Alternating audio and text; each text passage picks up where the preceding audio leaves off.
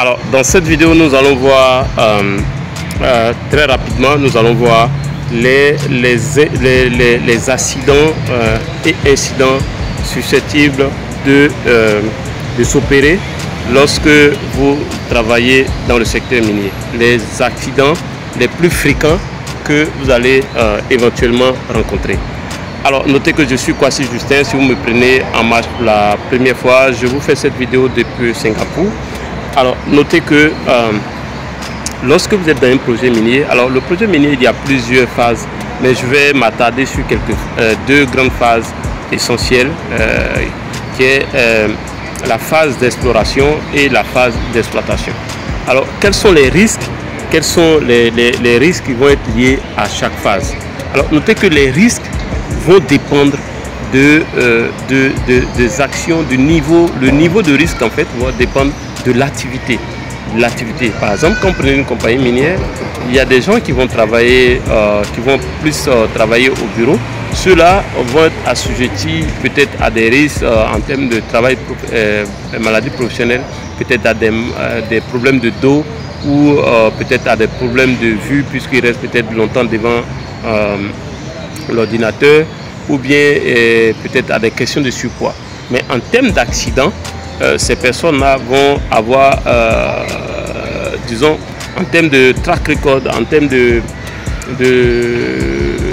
d'accidents potentiels, ceux qui travaillent au bureau vont être moins exposés. Mais prenons l'activité de façon globale. Alors, les accidents qui vont survenir le plus souvent dans le domaine des mines, que ce soit à la phase d'exploration comme à la phase d'exploitation, ça va être globalement des accidents à la main. Donc au niveau des mains, ça peut être c'est plus les accidents à la main, donc des blessures à la main. Donc vous allez avoir beaucoup plus de blessures à la main. Ensuite, vous allez avoir des blessures peut-être au niveau de la tête, donc du visage, et des blessures au niveau du reste du corps. Mais les blessures liées à la chose au niveau de la main vont être généralement les blessures les plus importantes. Alors, en termes d'accidents majeurs, les accidents vont être d'abord le plus gros risque d'accident, c'est au niveau des véhicules, c'est-à-dire les accidents de véhicules, de circulation quand les gens utilisent des véhicules. À 80%, les accidents que vous allez avoir sur les sites miniers, ça va être des sorties de route parce que l'individu, il y a eu un mauvais management de la fatigue. Donc, un mauvais management de la fatigue, ce qui fait que le conducteur est fatigué et donc il peut faire une sortie de route pendant qu'il est au volant. Il peut dormir et faire une sortie de route. Toujours au niveau des véhicules, vous allez avoir des accidents dus au fait que soit le chauffeur n'a pas respecté les règles de conduite, donc le code de la route, les limitations de vitesse. Mais le gros risque, notez que si vous êtes HHE, vous devez surveiller tout ce qui est véhicule, parce que le gros risque en termes d'accident, le risque potentiel, c'est au niveau des véhicules. Soit un véhicule va écraser un villageois, par exemple quelqu'un dans la zone, puisqu'on travaille en brousse et les gens ils vont au champ, soit ils vont faire une sortie de route, soit d'autres types de choses. Mais c'est dû au fait que dans les compagnies minières, il y a beaucoup de mouvements de véhicules. Donc plus il y a des mouvements de véhicules, plus le niveau de risque d'accident est élevé. Donc lorsqu'il y a des mouvements, et c'est ce qui justifie ces accidents. Alors en termes de véhicules, ça peut être même des machines qui écrasent quelqu'un ou abîment quelque chose. Ça peut être un véhicule en termes de véhicules 4x4 et autres. Donc le premier risque majeur, le premier risque majeur va provenir des véhicules. Donc il faut surveiller les véhicules, il faut surveiller les chauffeurs, il faut manager les chauffeurs, il faut les former à la conduite défensive pour que ces chauffeurs soient véritablement des gens responsables, professionnels, et cela va permettre de limiter le niveau de risque en termes d'accident. Le deuxième niveau de risque majeur en termes d'accident sur un site minier, c'est lors des forages.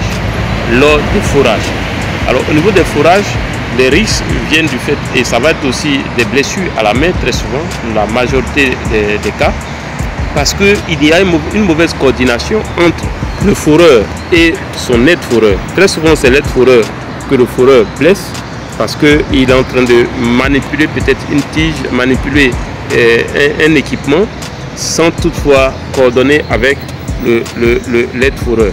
Et donc, soit l'aide-foreur il tient l'équipement pendant qu'il est en train de tient l'équipement, le foreur active une fonction de la machine et peut-être l'équipement, il y a une rotation et le gars, sa main est broyée, son doigt est broyé ou sa main est coupée, etc. etc. Donc, risque d'accident majeur, les risques d'accident majeurs viennent de soit des véhicules en premier à 80-90% et des machines de fourrage. Donc, je voulais insister là-dessus pour que si vous êtes HSE ou même si vous travaillez dans une compagnie minière, vous notez le fait qu'un véhicule, lorsqu'il est en mouvement, le niveau de risque d'accident est systématiquement présent. Et tout bon assureur, tout bon HSE sait que le risque zéro n'existe pas. Donc vous devez, si vous êtes HSE dans une compagnie minière, vous devez surveiller tout ce qui est déplacement en termes de véhicules. Réglementer les vitesses, traquer les véhicules, former les chauffeurs, mettez-les devant leurs responsabilités, organiser un maximum de toolbox meeting pour véritablement attirer l'attention sur les risques. Alors ça, ce sont les risques majeurs. À côté de cela, il y a d'autres risques, d'autres accidents. Ça peut être une manipulation de caisse de carottes qui peut tomber sur le pied de quelqu'un parce que les deux opérateurs, enfin les deux personnes qui soulevaient n'ont pas coordonné correctement ou bien une partie de la caisse de carottes peut-être a rompu. Donc les carottes sont versées, sont tombées, on a vu des cas où sont tombées sur le pied de certains. Ça peut être d'autres types d'incidents, mais les incidents majeurs proviennent de deux activités majeures qui sont les véhicules, donc ils sont les premiers à être surveillés parce que le risque majeur va provenir d'un accident de la route ou les machines de fourrage parce qu'un accident peut rapidement arriver et les accidents à la fourreuse sont très souvent graves. Si cette vidéo vous a plu, faites-moi un gros like, ça que j'ai une formation complète en matière de sécurisme et aussi avec mon partenaire Kola Academia. Si vous avez besoin d'une formation en first aid, une formation en sécurisme, une formation en conduite défensive, mettez intéressé. Donc ça peut être votre compagnie. Vous pouvez me contacter ou contacter Kola Academia. Je vais mettre dans la description de cette vidéo toutes les informations pour soit me contacter ou contacter directement Kola Academia. Si cette vidéo vous a plu, sachez que nous sommes ensemble et je suis Kwasi Justin depuis Singapour. À très bientôt.